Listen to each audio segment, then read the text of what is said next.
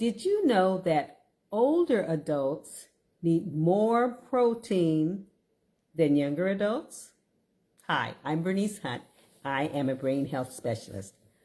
I work with women just like you who are starting to notice a few memory challenges, and I help you to stay sharp so that as you age, you can still travel, have fun with your grandkids, and experience new adventures without missing a beat. As a promoter of plant-based diets, some people might think it's a little strange when they hear me say that you need to eat more protein, especially in your senior years. That's because for most of us, when we hear the word protein, we think meat. Now, did you catch my last video? I had a video a few days ago, and it was talking about baby plants and how they are an easy source of some additional protein. So if you didn't catch that, you can go to my YouTube channel or you can go to my Facebook page. Both of them are called Keep Your Brain Sharp, and you can find that video clip there. But today, I wanted to talk more about the importance of eating protein after 50, the signs of the possible deficiency, also challenges that people have as they age with eating more protein, and also some of the other sources for protein. So we all know that protein is very important for our body, and experts are now telling us, number one, that after 50, you do need to eat more than when you were younger. In fact, they're in the ballpark of saying that it's half your body weight in grams. Just like you drink half your body weight in ounces of water, just think about eating half your body weight of protein in grams, okay? That's just a ballpark rule of thumb formula for you. And also, you should eat protein at every meal. Okay, so just don't wait till dinner time and load up your plate then, but throughout your day, you should be trying to eat more protein. So they're saying about 30 to 35 grams of protein, starting with breakfast, okay? All right.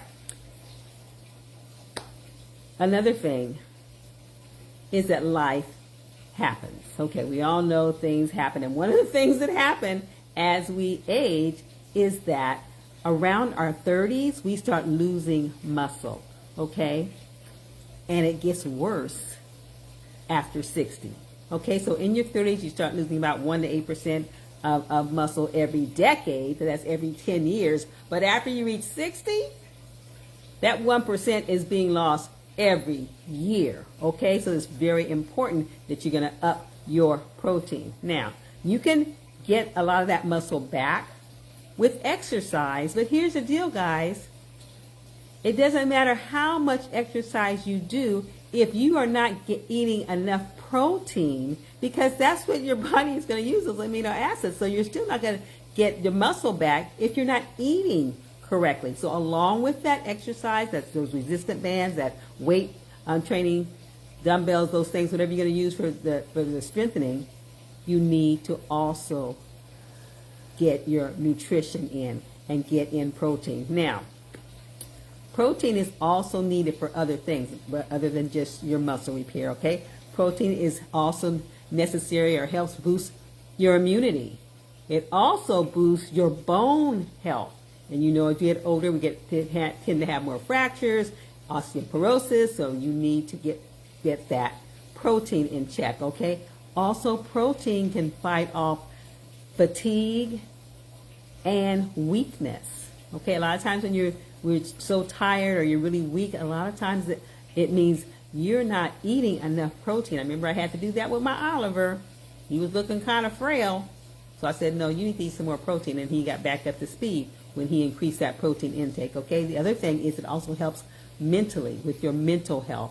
All right, so those are some other additional reasons besides just muscle tone that you should be eating more protein as you age. Now, here are some signs of possible protein deficiency. So if you're wondering if you're getting enough protein, there are some signs that your body gives you that you may be needing protein. Okay, it may be being caused by other things, but also protein might be the reason as well. Okay, number one, like I said, being really tired, being weary, being exhausted, being weak. Okay, that could be a sign of protein deficiency. Also, unintended weight loss. You're losing weight and you don't really understand why. They tell us that your body starts breaking down that muscle to get what it needs, okay?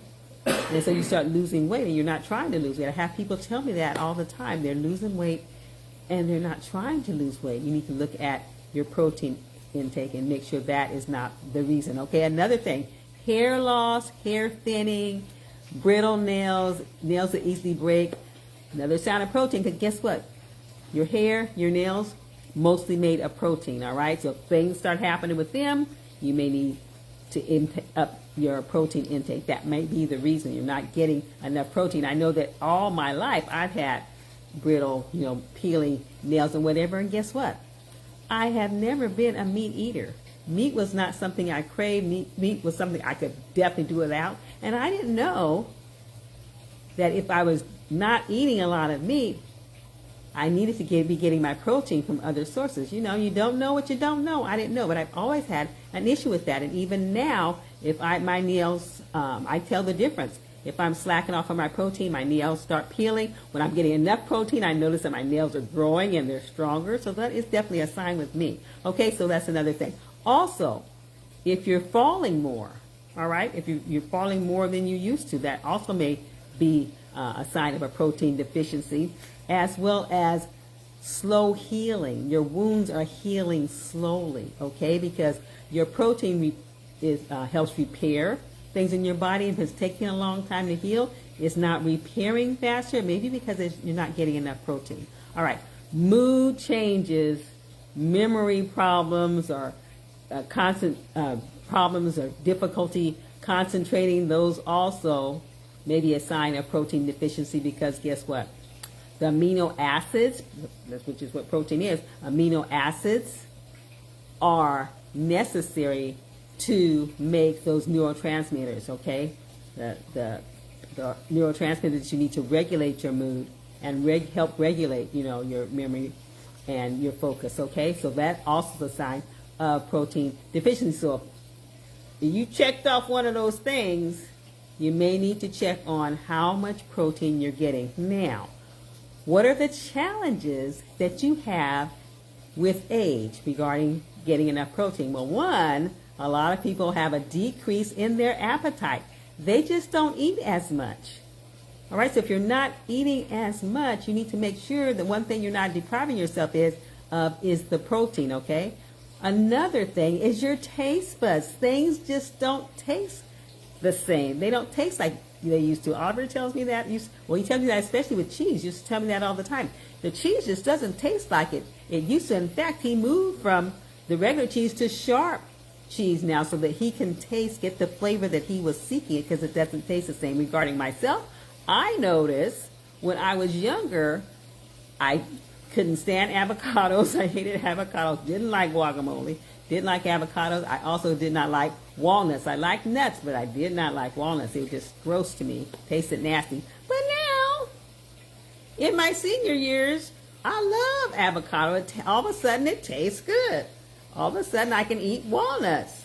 Okay? Bananas used to make me sick. Bananas don't make me sick anymore. Okay? So things are tasting differently, as you age. Another thing is your chewing, okay? You may have some problems with your dental work, with your teeth or whatever. You can't chew. Maybe your teeth get duller. You can't chew as well as you used to, maybe, so you don't go for certain foods because of your chewing issues. Okay, another thing is something they call anabolic release. Okay, so anabolic release basically means that as we age, okay, our bodies are not processing as efficiently as they used to. Okay, so that includes with your protein. So you're not getting the same effect with the amount of protein that you used to consume, that you don't efficiently process it, and so it's not getting the same results. So you need to ingest more protein so that your body can give out an adequate amount of protein, okay? Okay, it's called anabolic release. So you're not being as effective or as efficient, so you have to eat more protein to get the same result, okay? So those are some challenges you have as you get older. So the bottom line is, as you age, you need to become more intentional about protein and making sure you're getting enough. Like I said, rule of thumb, half your body weight in grams, all right? Not the typical, they used to say like, was it 35 to 45, grams of protein a day. And that's for them youngins, okay? But that ain't for, us seniors, all right? Okay, so I'm not saying, when I say eat more protein, I am not saying eat more meat. I'm not equating protein with meat, although meat, is a good source of protein. There's some other serious things with meat, and so they don't really want you pigging out on meat and eating a lot of meat, all right? But what you can do is go to other protein sources, because guess what? Meat is not the only protein on the block, okay? You have plant protein and you have protein powders or drinks that you can go to. So you have other options, all right? So most of us know a lot about plant protein. We know about our nuts and seeds, our beans, our lentils, our peas, those kind of things. We know about that. We know with our protein, we know that we can also have quinoa or whole grains, for protein. Eggs, which is why I got off becoming a vegan. I was a vegan for years, but I needed more protein. So I wanted to eat eggs, okay? So I'm not a vegan anymore because I want that protein intake, okay? So those are some plant sources of protein that you can have. And last week, or earlier this week on a video, I talked about sprouts and microgreens. Sprouts and microgreens, because they pack a lot of nutrition. And one of the things they have more of than the adult plant is protein.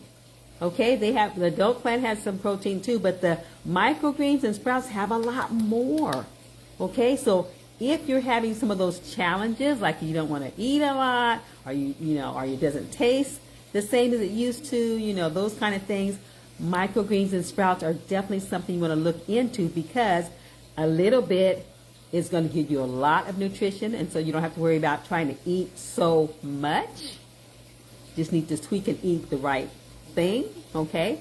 And also it has a milder taste to it, so if you your taste buds are changed and things don't taste the same, it can blend in with foods that you like, and it's not going to skew the taste, the taste of it, okay, or the flavor of it, or whatever. Okay, so it is packed, jam packed. So I want you to seriously consider that. Also, it's easier to digest. So that may also be a concern that you have, and it's easy to grow. In fact, guys, if you are a part of the Partners Club, you're going to be in for a treat. If you're not, I recommend that you join up, because it's affordable, it's accessible, and I have to help you to keep you accountable.